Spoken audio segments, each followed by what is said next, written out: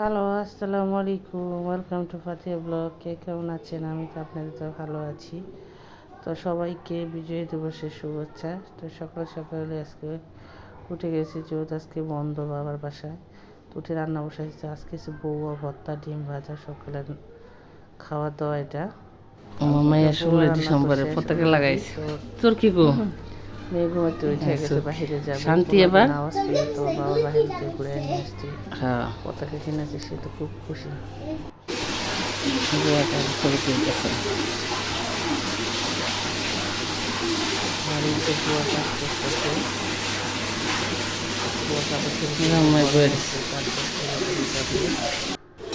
এই তো মাংস, সাদা সাদা মাংস রান্না করতেছি আজকে। সাদা কুমা আনতেছি।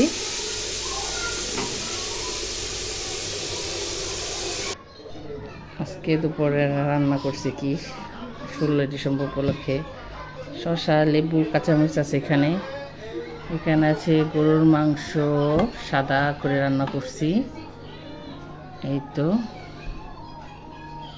আর এটা হচ্ছে ডাল পাতুরি, হচ্ছে ভাত, এটা হচ্ছে মূলা শুটকি, আর এটা হচ্ছে পোলাও। অল্প করে রান্না করছি সব কিছু। যাই হোক, আজকে খাওয়া দাওয়া করবো মেয়ের বাবা বাসায়, তো এখন এসে আমরা খাবো। আর এটা বেজে গেছে, খাওয়া দাওয়া করি এখন। দেখেন আমার মেয়েটা রেস্ট বসছে, লাল সবুজের লাল সবুজ করতে যাব, বাবার সাথে হাইটে আসবো।